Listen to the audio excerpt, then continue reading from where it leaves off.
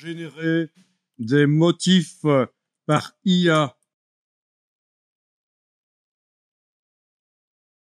Fichier nouveau, impression, format lettre.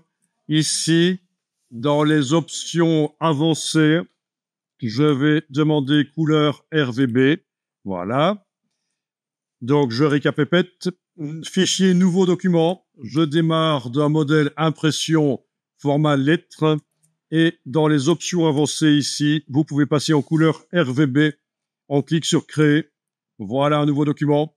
Et on va donc tester ça parce que vous n'avez pas la même version que moi et donc ça se passe pas exactement de la même manière. Donc, vous allez tracer un carré, par exemple, avec l'outil rectangle. Donc, il suffit d'enfoncer la touche Shift pendant que vous tracez, vous lâchez le bouton à souris, puis la touche Shift. Voilà. Alors, allons un peu voir dans votre menu Fenêtre, Options de motifs. Est-ce que vous avez Fenêtre, Options de motifs? Dans la palette Options de motifs, est-ce que vous voyez ici une option Générer des motifs bêta? Non, vous ne le voyez pas. OK. Vous allez dans le menu Texte en images vectorielles. Moi, je ne l'ai plus dans cette version-ci, mais vous, dans le menu Fenêtre, vous avez Texte en images vectorielles. Vous voyez ce panneau? Donc, c'est un panneau qui ressemble un peu à celui que moi j'ai dans cette version-ci, Objet, générer des vecteurs. Ça ressemble un peu à ça. Est-ce que vous avez l'option motif quelque part? Donc, possibilité de faire scène, sujet, icône, mais aussi motif. OK, mais testez ça alors. Donc, visiblement, ici, dans cette version-ci plus récente, ça est sorti de là. Je suis donc, à mon avis, obligé d'y aller, moi, par menu fenêtre, option de motif. Et donc, quand vous serez chez vous sur votre ordinateur, ce sera comme ça aussi, puisque vous aurez la dernière version. Oups. Donc, vous allez choisir de générer un motif dans votre fenêtre, vous, avec votre ancienne version de votre fenêtre texte en image vectorielle. Et voilà, vous tapez ce que vous voulez. Donc, voilà.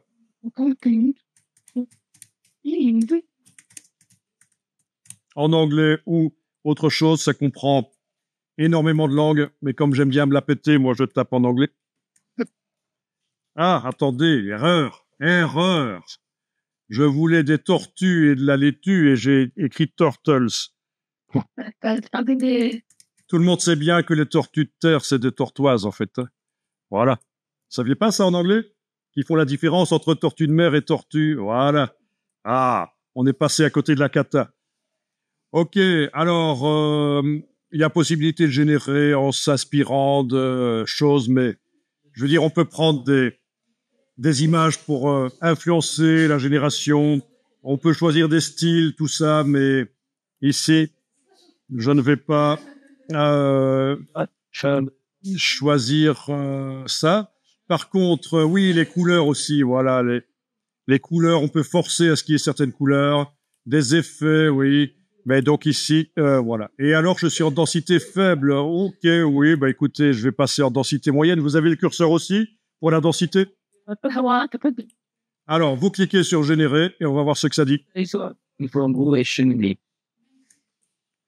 Après, on verra que des motifs, il en existe qui sont déjà disponibles dans Illustrator. Il y en a des milliers sur le web, accessibles. Voilà. OK, voyons ça. Bien. OK, bien. Donc, si vous n'êtes pas content avec ce que vous avez eu, vous recliquez sur générer. Évidemment, en modifiant un peu le prompt si vous voulez.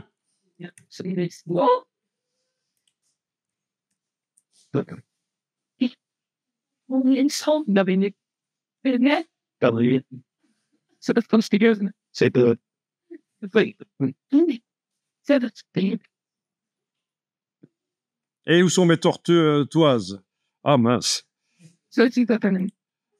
OK, ça c'est mieux. Ah. Pour un paquet de pizza, ça c'est bien. Pizza aux tortues.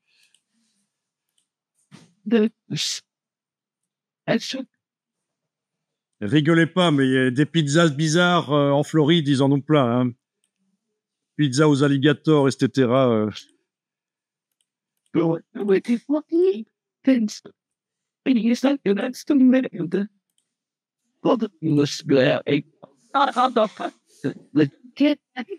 Bien. Donc, à ce stade, si vous connaissez, vous me le dites, hein, mais moi, à ce stade, j'ai donc un carré, et je trouve il est venu avec un bord noir, mais c'est pas vraiment nécessaire. J'ai donc un carré qui, en fait, n'est pas un motif au raccord. C'est évident. La laitue chez moi qui dépasse par le haut devrait réapparaître par le bas. C'est pas toujours évident. La tomate par la droite, là, elle devrait réapparaître par la gauche. Donc, il y a quelque chose qui va pas. Voyons un peu. Shift Tab, de majuscule Tab, je me débarrasse des palettes de droite et je vais aller voir dans la palette de calque. Menu fenêtre calque. Voyons un peu ce qu'on a obtenu là. Ah tiens, ok. On va faire des vignettes un peu plus grandes. Voilà, voilà. Donc, qu'est-ce qu'on a comme... Ok, on a un rectangle, juste un rectangle, avec un motif normalement dedans, c'est ça. Donc, dans la palette nuancier, moi, je vois les motifs générés qui sont déjà là dans un groupe. Ah ah. Qu'est-ce que ça fait si je zoome en arrière, je crée une forme, par exemple un cercle comme ça, voilà. Bon, apparemment c'est nickel, hein. Tous mes motifs générés sont là, je peux passer de l'un à l'autre par ici, donc c'est automatique en fait, il n'y a rien à faire. Nickel. Est-ce que vous les voyez aussi? Tous vos motifs générés, j'en avais généré finalement 6, oui. Pas de problème, vous les voyez? Menu fenêtre nuancier, tout simplement. Et dans le nuancier, ils sont là. Voilà. Donc c'est quand même mieux. Donc en fait, cette chose ici, le carré, je peux le supprimer. Il sert plus. Quoique, il pourrait servir si je vais dans la palette options de motifs et que, voilà, c'est un objet génératif. Ça pourrait peut-être encore me servir. Générer des motifs bêta, voilà, ils sont encore tous là. Je pourrais continuer. Oui, donc ça pourrait encore servir ce carré sur le côté. S'il est supprimé, je pense que dans la palette options de motifs, il y aura rien. Si. Ah, ici, il y a toujours. Donc vraiment, le carré ne servait à rien. Le carré ne servait à rien. Finalement, il sert plus à rien. Voilà. Ok, vous pouvez enregistrer ça. Vous enregistrez ça sous le nom.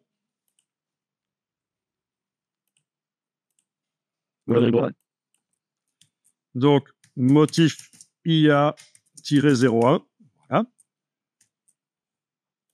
Donc, c'est très bien que vous ayez ça dans votre Illustrator, même si c'est pas la dernière version.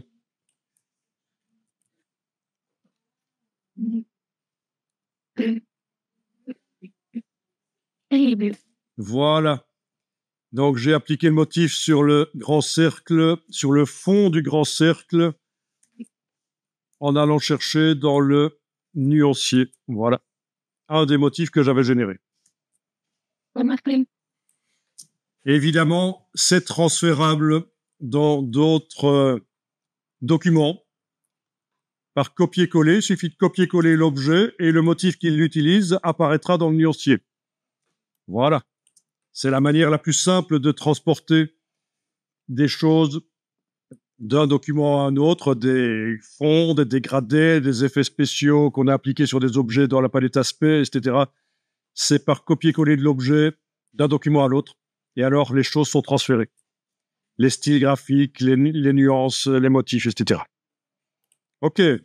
Donc ici, vous allez pouvoir double-cliquer sur le motif que vous avez choisi finalement. Ok, c'est bien celui-là. Quand l'objet est sélectionné, c'est bien celui-là qui est encadré. Donc, vous allez pouvoir double-cliquer sur lui et ça passe en mode isolation. Et là, vous allez pouvoir faire des modifications de couleur.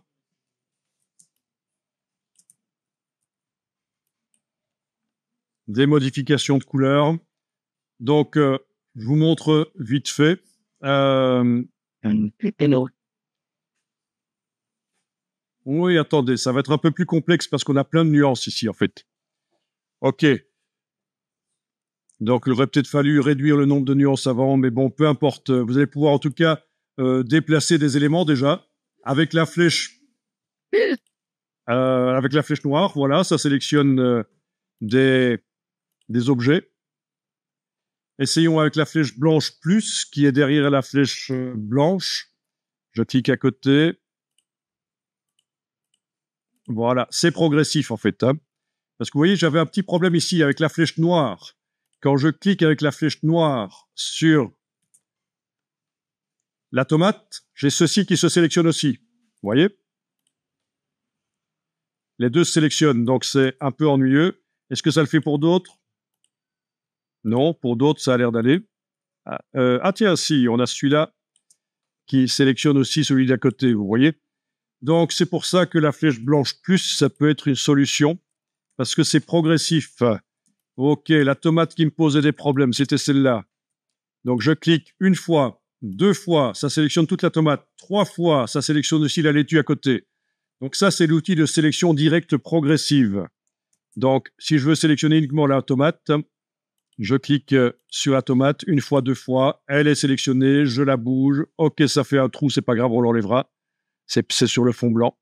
OK, voilà.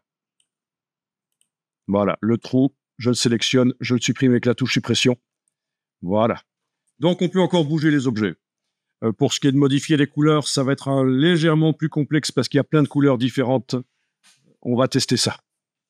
Quand vous avez fini la modification que vous avez faite, par exemple ici, tortue, voilà, tortue bleue, voilà, OK. Quand vous avez fini la modification, où est son œil? Ah, oh non. Ça ne va pas, ça. Ça ne va pas. Voilà, OK, c'est bon. Tout va bien. Quand vous avez fini la modification, vous allez cliquer sur enregistrer une copie.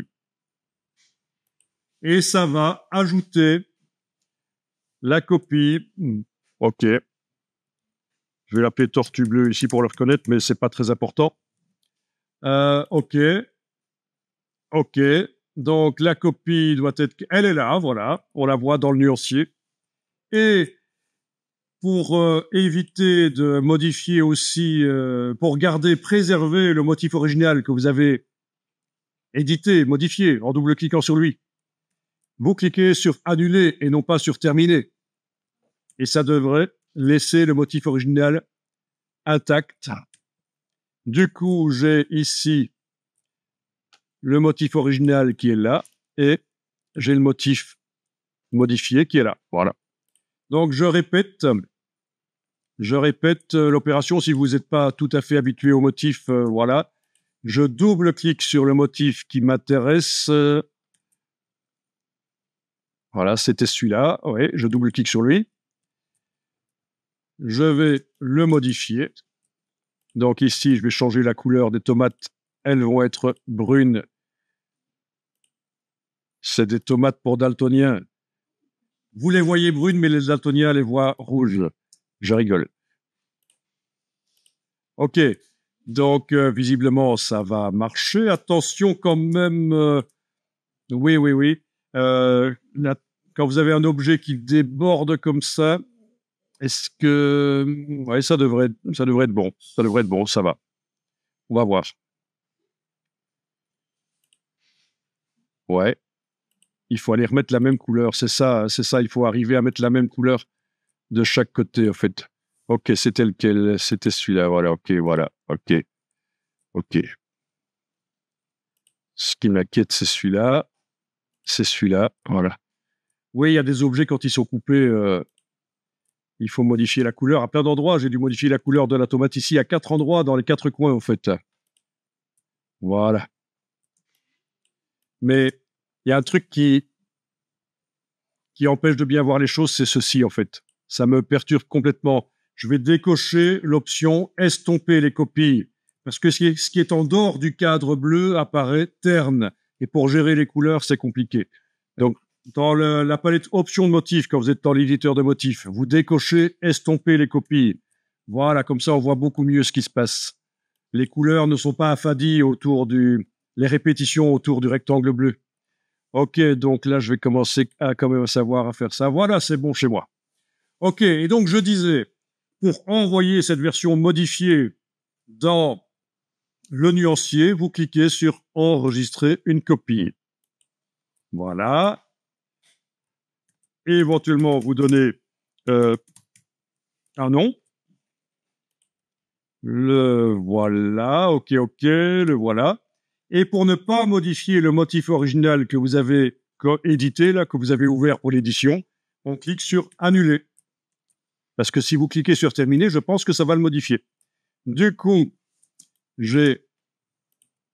et là, je déplace avec la touche Alt pour déplacer le cercle. Donc, en fond, je vais pouvoir mettre le nouveau motif que j'ai créé là. Voilà. Donc, tout ça est très, très intéressant. Cette possibilité maintenant de faire des motifs dans Illustrator par l'IA. Alors, ça fait quand même plus d'1 an que Midjourney permet de le faire. Il y avait une fonction Tile dans Midjourney qui permettait de générer des motifs. Ça fait bien 2 ans, je pense, depuis début 2023. Mais voilà, Adobe est un peu à la traîne, mais rattrape quand même très rapidement son retard et attaque sur plusieurs fronts. Donc, les images génératives 2D, la 3D, ils attaquent bien la 3D maintenant. La vidéo, génération de vidéos. Donc, Adobe met le paquet pour ne pas être à la ramasse de ce point de vue-là, en fait. Hein. Voilà, Midjourney, qui a depuis longtemps la possibilité de faire des motifs avec un aspect photoréaliste, si on veut, avec des nuances. Donc, c'est pas du vectoriel dans ce cas-là. Voilà, voilà.